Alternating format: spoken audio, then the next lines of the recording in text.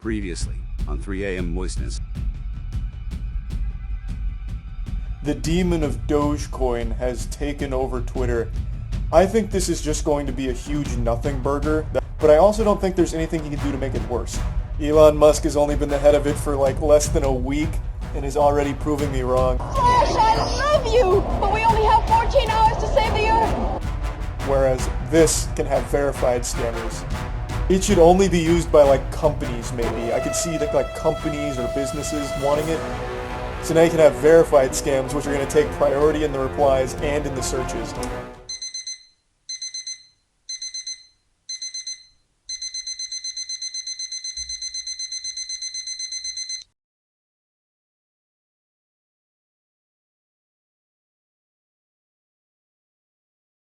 When Elon Musk took over Twitter, I was convinced there really wasn't a lot he could do to make it worse, and he has absolutely slapped me around here and spit in my face, letting me know that no, it always could get worse. I already made a video talking about his $8 a month for the check mark on Twitter, his verification, his pay-to-win opinion scheme where you can pay $8 a month to have your check mark and you get priority in the search and replies and all that. To publicly display that you pay for a service like Twitter is more shameful than letting people know that you pay for furry porn. So I just thought that would be a little Boy Scout badge people would always point and laugh at you for, and that was the worst thing about it. I just thought it was silly, especially because you don't even get an ad-free experience. You're paying $8 a month, and he says you only get half as many ads, which is just a fat L. Imagine paying a monthly subscription and still getting ads. Yucky. But today, Elon Musk actually made a much more concerning announcement regarding this new program, where if you don't pay $8 a month for Twitter, if you try and use Twitter for free, as it's always been, you're basically shadow banned. At least that's how it sounds coming from his mouth. Your replies aren't really going to be seen. He says verbatim, you'll have to scroll far to see unverified users, which sounds like going forward, you'll need to cough up $8 a month in order to have a voice. To anyone with their brain even remotely functioning properly, you'll recognize this is the exact opposite of free speech, which he claims to champion for the platform. But I'm just going to publicly beg all Elon Musk meat riders to hop off his cock for just a few seconds here, put away your little sausage fingers before writing your comment about how upset you are that I insulted your savior, and just listen. Just join me on a magic school bus ride through this absolutely terrible idea and why this is such a fucking outrageous program. Elon was asked his strategy for combating hate speech, racism, anti-Semitism, all that.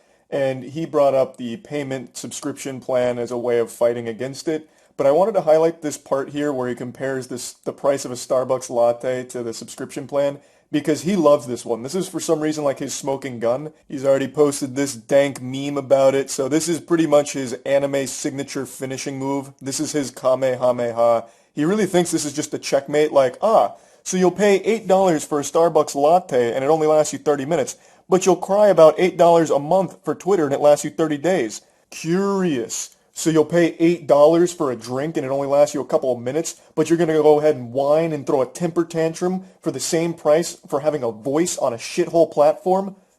Very interesting. This is just like a gotcha moment that a child would think is clever. Or back in the day when streaming services first started popping off, streaming service to nutbutt.com is only $6 a month.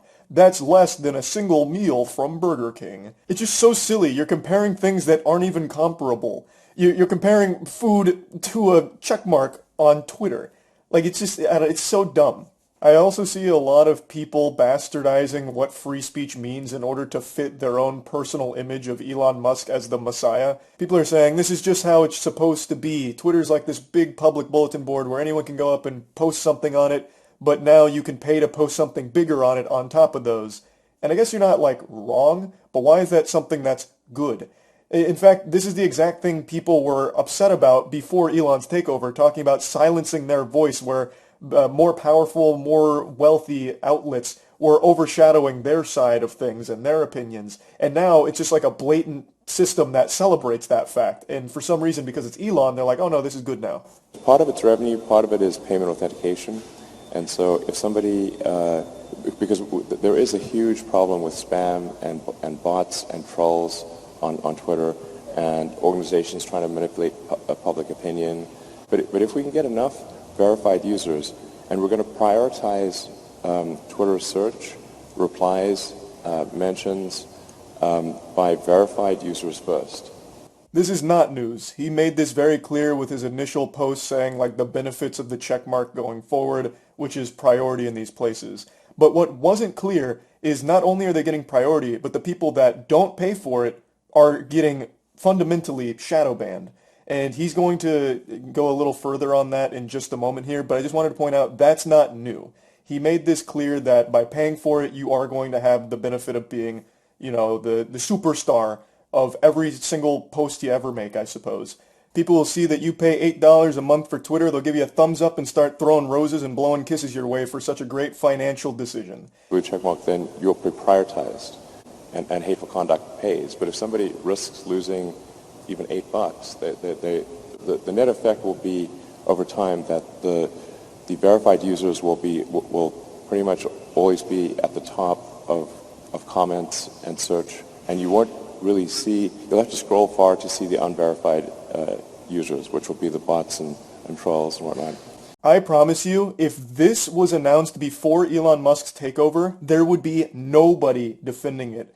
But the fact that Elon Musk has people that would throw themselves in front of a fucking moving train if it meant saving Elon's reputation, they're doing the most incredible mental gymnastics to try and spin this as a positive thing, which it's not. This goes against free speech.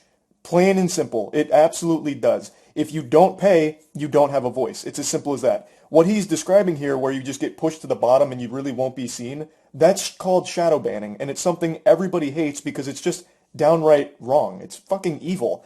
And he's celebrating it like, oh, if you're not paying me, if you don't have that check mark, you're not going to be seen. That's not a flex. That's not something people will wiggle their finger about with a smile on their face. That is a Wumbo-sized box of ass right there. What a load of shit. It's so dumb.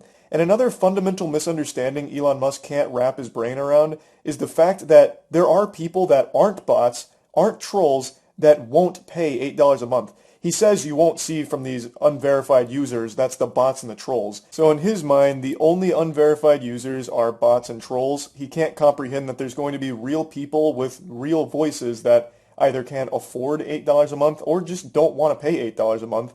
But he still just throws them down just like, oh no, they're beneath us. Those are bots and trolls. Those unverified users, not real people. When this was initially announced, I thought this would just be like what verification used to mean, like just confirming there's a real person behind the keyboard. But it's not that anymore. It's confirming it's a real person behind the keyboard, and now it's the only way to have a voice. You can't be a free user anymore. At least not one that gets seen. So if you're posting Twitter to like talk to friends or engage in conversation with people that you like, and you're a free user, there's a good chance they won't see it because it'll get drowned out by the verified users. So fundamentally, you just get pushed out of your own circles by the priority of the verified accounts. When he announced this, he tried to portray it as like power to the people, but all it is power to the people that pay. So it's even more so benefiting and only benefiting the people that are wealthy enough to afford an $8 subscription to an absolute fucking hemorrhoid like Twitter, and just completely slaps everyone who can't afford that or won't pay for it. I also don't necessarily seeing it being effective at stopping scams, spam, or hate speech, because he even mentions, you know, people will pay for it and we'll just ban them.